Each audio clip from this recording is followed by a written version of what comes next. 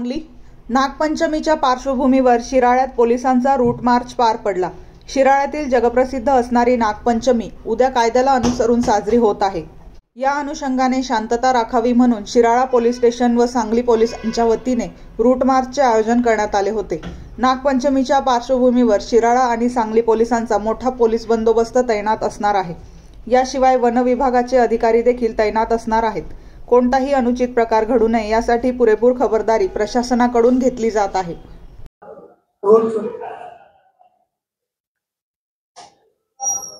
सांगली जिल्ह्यातील शिराळा तालुक्यातील शिराळा येथे उद्या रोजी नागपंचमी सण साजरा होत असल्या कारणाने सांगली जिल्हा पोलीस अधीक्षक माननीय श्री संदीप घुगे सर व अप्पर पोलीस अधीक्षक माननीय श्रीमती कल्पना बारावकर मॅडम व इस्लामपूर उपविभागीय पोलीस अधिकारी इस्लामपूर विभाग माननीय श्री सचिन थोरबोले सर यांच्या मार्गदर्शनाखाली व थोरबोले सरांच्या नेतृत्वाखाली शिराळा नागपंचमीचा बंदोबस्त हा पोलीस दलातर्फे नेमलेला आहे। पुरेसा बंदोबस्त नेमलेला असून उद्या सकाळी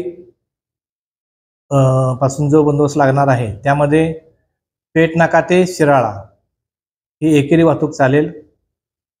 कोकरूडकडून किंवा कोल्हापूर साईड कोडोली शाहूवाडी इकडून जी वाहनं इकडे शिराळा साईडला येतील त्यांना कापरी मार्गे कारवे लाडेगाव व एडेनिपाणी फाटामार्गे हायवेला जावे लागेल।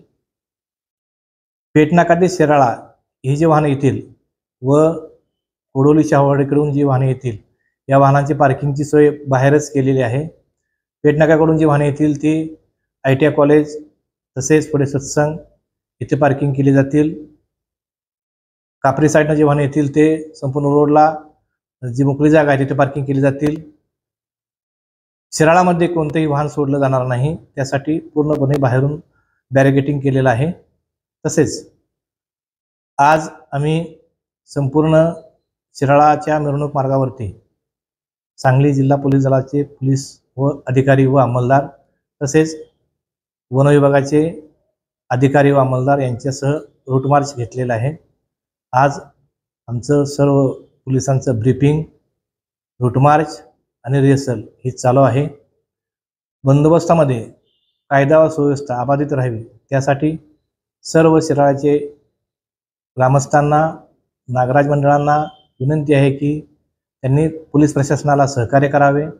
तसेच कुठे एखादा अनुचित प्रकार घडल्यास आम्हास कळवावे।